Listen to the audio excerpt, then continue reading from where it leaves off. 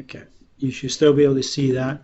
And when we talk about section 2, again, it's not many slides. It's much smaller, 11 slides again, smaller chunks to look at.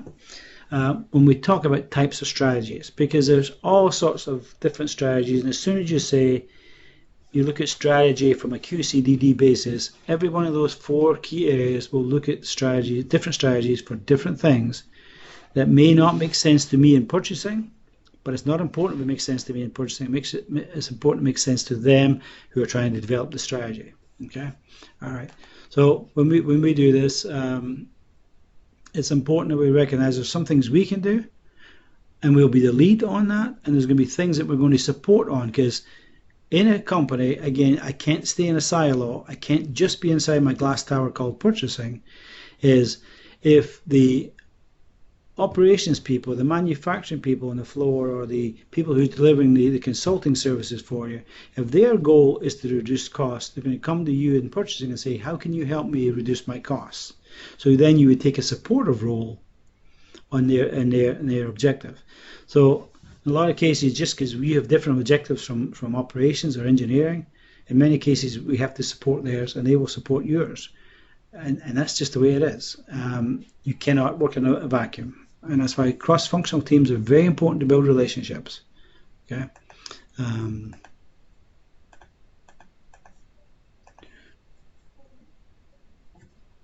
Types of purchasing related suppliers is there's a concept of supplier optimization, and what I should have put there before that should have been supplier rationalization. The 2 key concepts of OPM620 is rationalization and optimization. I will modify this slide. In fact, I'm going to do it right now if you just give me a second. The reason being, it will record, and if I don't change it now,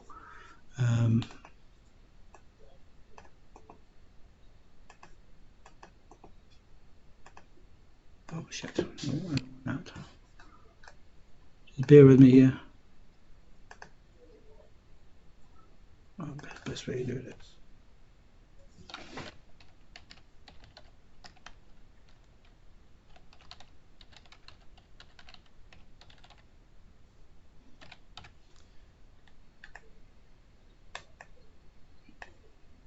All right, okay. Now I'll stay with lecture. So these are types of strategies you can look at. Key for you is rationalization is a concept of driving down the numbers of suppliers. Again, I compared for you General Motors with 60,000 suppliers versus Honda and Toyota at 800 or 1,000 suppliers. That's a big number. 800 is probably more like it. The difference between managing at 60,000 suppliers versus 800 suppliers is huge. There's going to be a huge amount of overhead costs involved in managing 60,000 suppliers. Now, a lot of those suppliers haven't been optimized yet, because you don't need 60,000 suppliers. Just simply don't. And if Toyota, who's the best auto company in the world, manufacturing auto company in the world, if they can do it with 800 suppliers, then why did GM need 60,000? They don't. So the first thing you should be thinking about is supply rationalization. And that is it an opportunity to reduce your supply base? And you do that simply by saying, in a given commodity, how much do I spend? And how many suppliers do I have? If you've got 2 suppliers, you're not rationalizing. If you've got 20 suppliers, you should rationalize. So then once you rationalize, you can think about a strategy is once I rationalize it, and again, one of the previous slides says optimize the remaining suppliers. That's a very open statement. You cannot optimize every supplier, because the 80-20 rule says 80% of your volume comes from 20% of your suppliers. Then you want to optimize the 20% that's making the 80% of the volume. Okay, so optimize. Once you rationalize, then you want to look at who should I optimize, which is how to make them better. And if I can make those good companies better, or those high volume companies better, then you'll save money. Okay. While you're doing this concept of rationalization and optimization, you have to think about risk management. If I reduce the supplier base too quickly, I could disrupt my operational activities. I could run out of parts. I could tell a supplier, I'm going to phase you out in 3 months, and he says, tough shit, Jim, I'm finished with you. I'm not going to give you any more parts as of Monday. If you're not going to keep me long term, I'm not going to be here Monday. So you have to be very careful before you do rationalization. You have to think of the risks associated with it, and how do I minimize and mitigate those risks. Okay, you need to think about, if you're not a global sourcing company, should you be a global sourcing company? And again, it doesn't apply to all suppliers, but again, that's a type of strategy. We're going from local to global, and now there's a new term called glocal, which is global coming back to local. All right. So you have to decide what is your playing ground? Like, what is the size of your playpen here? Because global sourcing does an awful lot more difficult. It's a lot more difficult than local sourcing. Okay. You want to determine, are you looking at, as a type of strategy would be to develop longer term relationships. Remember, we talked on cross-functional teams and integration for competitive advantage. It is important inside a contemporary model to identify and to build your relationships with your suppliers. Longer term suppliers can do more for you than short term, because you're guaranteeing them the next 5 years, the next 10 years, or in Honda's case, a lifetime of supply. A supplier who you've committed to a lifetime of supply is more than willing to invest in your process if they know you're going to be there for the long term, as opposed to, if General Motors doesn't like the price and you won't give them the 25% price reduction, they'll take your business and give it to someone else. Why would a company in that situation invest money in your processes? Because they've got no guarantee that you're going to stay with them long enough. So you have to be careful, and that's why long-term supply base is clearly, long-term supply relationship is very important if you build them. This takes a lot of effort, it takes money, it takes time, but at the end of the day, you're building for the long term, which means you're going to try and keep that supplier for a long time. If you're not using early supplier development in your design phase, maybe that's a strategy you should incorporate. So these are things that you can incorporate as you start to. And if you kept this little slide in your back pocket in your new job when you go in May or April when you get a new job, and someone says, how do you think I can save money? In an interview, I would ask you the question, what ways can you suggest that I might be able to save money as a purchasing guy? And if you spout out things like, you could consider supplier rationalization and optimize the current supply base. You could look at long-term supplier relationships or early supplier involvement. The guy sitting across the table from you has maybe not even thought about this stuff, and he's now got a little whiz kid sitting across the table saying, have you considered long-term supplier relationships? It begs the question, what will that do for me? Then you can go on to tell them how long-term supply relationships mean that they will invest in the process, etc., etc. So this slide here, you can take a copy of this and put this up here instead of types of strategies, saying possible interview answers. Because if you were to use any of these answers here in an interview and you actually know what they meant, I'm going to ask you more questions, and if you can answer what those are, for example, then you would have a good chance of getting hired, because you can say. And I told Honda this when I went to Honda. Can we look at optimization of supply base?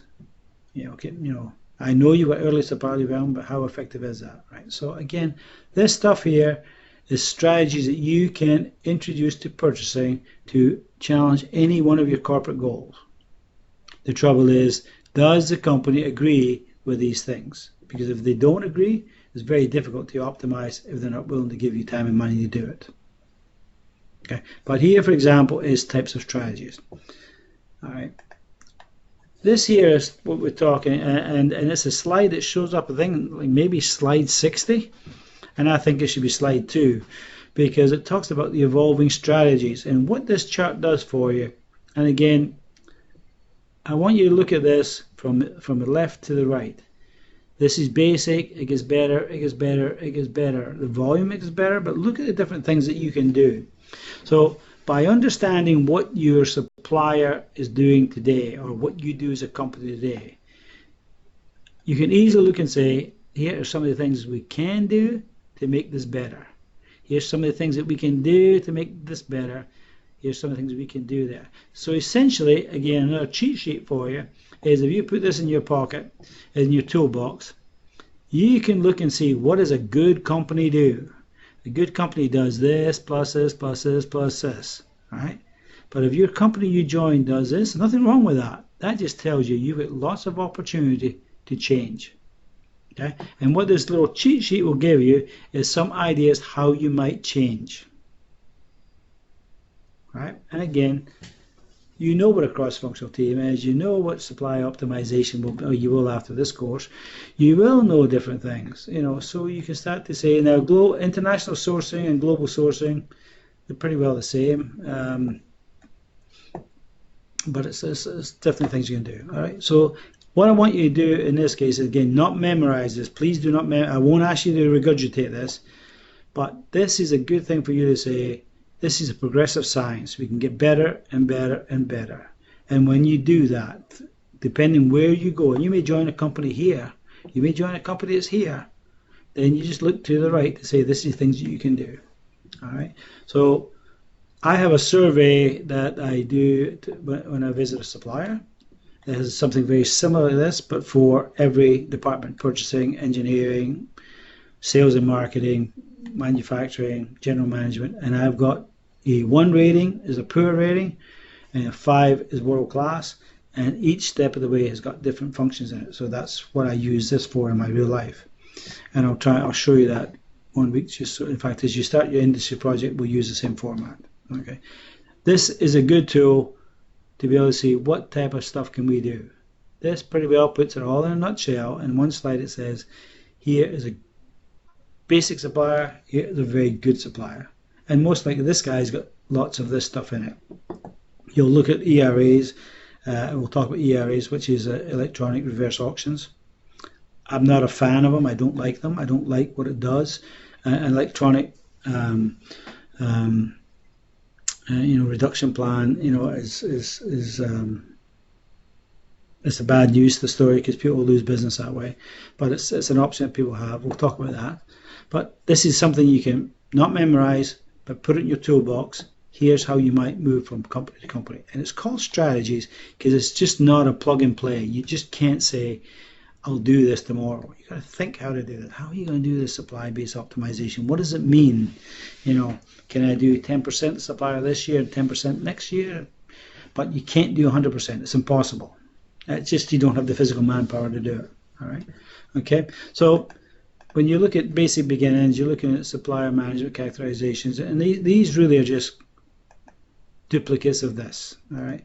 But what you have to, and again, some key things is it's a low-level production support. Your department is not so skilled. Your company is not so skilled yet. You're doing short-term approaches because you've got a lot of growth potential in front of you. You're primarily going to be reactionary. It means you're trying to react to a problem and fix a problem, and that tends to be your basic style. Always reacting to the problem. Put the fire out. Put the fire out. But when you're doing that, by the way, you can't look at the future activity because you're too busy putting fires out. But the fires have to be put out. But at some point in time, you have to move away from firefighting to fire prevention, and fire prevention to elimination. All right. The change has to come from management, and I'm not being derogatory to say that you as a buyer cannot be the change agent. You most likely cannot change your company image, but your management team can. So what you need to do is you can be the impetus for change, you can be the change agent, but you're going to go to your manager to say, I would like your support in doing this, or I would like your support in doing that. You get them on board, you show them how it can benefit the company. They might agree with you, might give you some other direction where to go, but essentially you want to make sure that you get management support. Without it, the manager will go to the senior manager will go to the VP will go to the president. It's very difficult for a junior buyer to work in the president's office and say, I want to change the world. Okay? But make sure you're doing that. And you also want to make sure you check, this says ensure adequate capacity. You're looking for do you have the capacity to do the job? And does the supplier have the capacity to do what you need them to do? Can the company do what you're thinking? And again, that's for the basic stuff you look at. And again, you come back here to say you're looking at long-term contracts, volume leveraging, supply-based consolidation. And again, the supply-based consolidation is rationalization, right? Okay.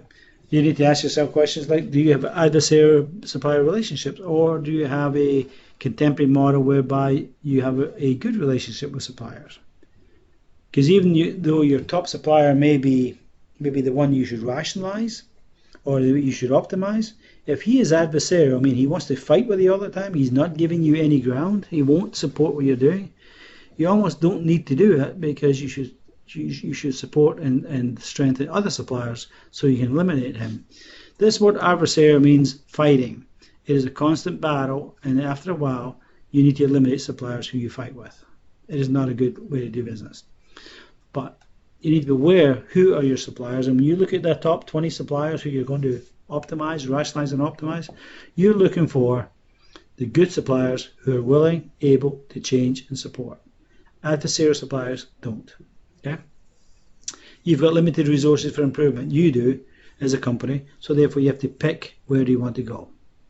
You've got mid-level reporting, meaning you have no power inside the organization. You can only report to a manager, and the manager is either effective or not. That's just what that means, is mid-level reporting. If your top guy in purchasing is a manager, that's mid-level. If your top guy is a director, that's mid to high level. If your top guy in purchasing is called the CPO, the Chief Procurement Officer, it means you've got top flight support at the top of the house, inside the C-suite. And it all makes a difference, because if your boss, or the boss of purchasing, is just a supervisor level or a manager level, and that's not a derogatory comment, that's where they are, it means they don't have much power inside an organization. And hopefully your function can develop stronger to become more. Okay. You need to look at efficiency, because it's basic and you're trying to come out of maybe a difficult situation. You're looking for efficiency improvements. You're focused on price reductions. Again, I don't like that word, because I'd rather you focus on continuous improvement that will drive price reductions. But if you focus on price, you're just trying to take money out of a supplier's pocket. Okay, and you're most likely going to be transaction based. Okay, which means you're putting POs out, and there's no thought or deep analysis into any development there. So again, that's what basics are. When you go to the moderate development, you get centralization of supply management. I've done this in 2 companies now. First one, I was a victim of centralization in Canada to a US company. The next one is I drove the centralization to make it common. There is a lot of merit to centralization. It does not mean that you close a Canadian office to open a US office and everyone does it there, because there's always local issues to do. But what you need is either physical centralization or a mental centralization. It means we all have to be thinking of the same way, whether you're located in the US, Canada, or China. As a company, we need to be thinking the same. Okay? In the moderate phase, you're looking at commodity management, looking at company-wide databases, because you now have systems in place, company-wide agreements. Everyone will use Staples as a office supply company. Yes, the company in Nashville, Tennessee wants to use their local guy. No, you're not using your local guy, you're using Staples. Unless your local guy can beat the price, which most likely you can't. Okay. Single sourcing with long-term agreements, this is a bad statement. I do not like single sourcing. The reason, when you have single sourcing, then you have a monopoly. I can single source on a different model, like I can single source on 43-inch TVs, and I can single source on a 60-inch TV, maybe 2 different suppliers, but essentially you still have 2 suppliers, just a little bit different from each other. Be careful with single sourcing. Long-term agreements, I think that's right. I just don't like the word. In fact, again, because I can, I'm going to take that out, and we're going to just talk about long-term arrangements. Okay. You've already talked about up here, already talked about rationalization, etc., etc. Long-term agreements is much better than short-term, but I don't think single sourcing is the way to go. That's called a monopoly. A monopoly is good for a short time for you, and then it becomes a problem because you've now given the gun with the bullets to the supplier who can put it to your head. Okay, and eventually they all will. They'll come for price reductions, price improvements. They'll tell you this money for investment. You want to have multiple suppliers capable of doing the same job.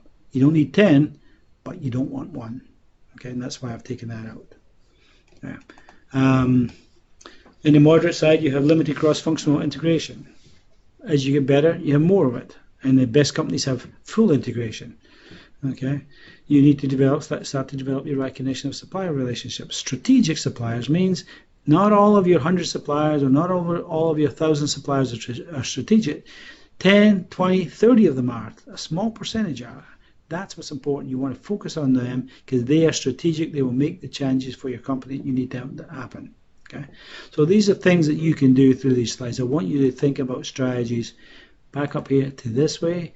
These are things you can do in different levels. You now know that there's some slides that support the development and moderate, and depending where your company is, you can put them here. And it may be as simple if you take this little spreadsheet and say, where is your company, and you can put yourself on a continuum here that says I'm here, here, here. Based on that, you can look very smart, and you can look at what's next, what's next, what's next. Questions, anybody? Again, phase 3 are just different examples. You're now looking at concurrent engineering, supplier development, lead time reduction. Those are all complex concepts you can't do as a basic company. And you can't do it as a company if you're financially strapped, and you can't do it if you're in financial distress. So these are things that, again, good companies do. Very clearly, Toyota does concurrent engineering. They have suppliers working through the development. Okay. All right, they involve all the stuff we talked about in OPM620 is an advanced company. That's where you want to get to. And then somebody should be asking the question and says, should we not spend time, Jim, on the basic companies, or should we spend time on, intermediate? And you have to look at the advanced companies because you need to know where you're going. You need to also know where you are, but you need to know how to get someplace else. If I taught you only the basic rudimentary stuff of an entry-level company, that does not help your career. And what this does for you, it gives you advanced thinking that says, this is what good companies are doing. This is what you might do in your new company in the future if they're not already doing it. And this is why this is fairly important for you in your career development. All right.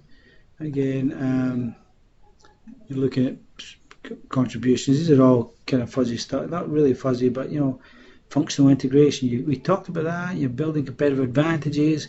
Those are all. Do you have a cost model? Honda is a very good cost model. I can tell a supplier he's asking me for a $30 price, and I know it's worth $24 because the cost model says it's worth $24. We actually know the tonnage they're using on the presses. We know what the component cost is. We know what the material costs are. We know how many manpower it takes to do it. And based on our modeling, we can say this part should be worth $24.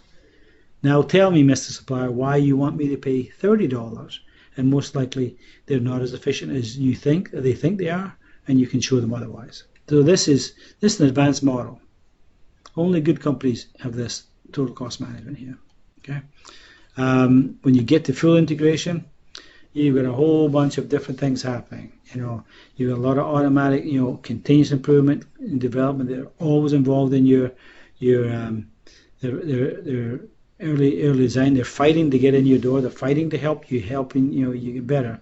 And again, this is the ultimate. As you look at some of this stuff, I think you want to focus on the moving from a beginning stage to moderate. And then if you're ready at moderate, then look at them going from moderate to third level or fourth level. So again, come back. This is important for you to know. You now know what these basic things are. If you go into the slide, you'll see what they are. This is a good portion of the lecture for you to use for your future. And again, if I was you, I would make a note. This is the type of thing you might want to be brushed up on as you go into an interview. If you're into a purchasing interview, be ready for the question is, how would you do this different? What can I do better to make a better purchasing? What can I do to drive price out? Those are important things that you should have an answer for. And those are the questions that if asked, and they will be asked, will decide whether you have a chance at the job or not. If you don't know how to improve, if you don't know what the next steps are, or can't think to the next level, Why would I hire you?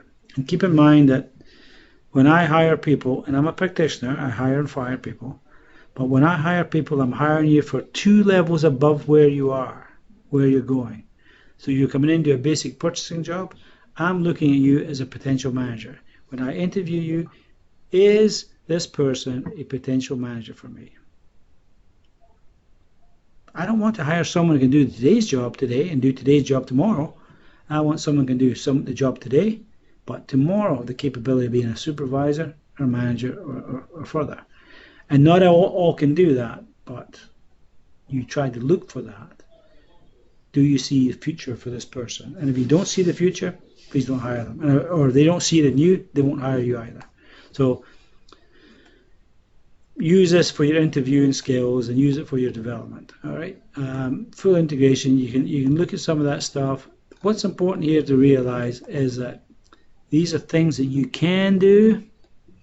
These are ways to do it depending on what you're trying to accomplish. The rest is fluff that goes out. The rest is some detail that goes with them. This is important to know what type of strategy you might do. It's bigger thinking, higher thinking, more complex level.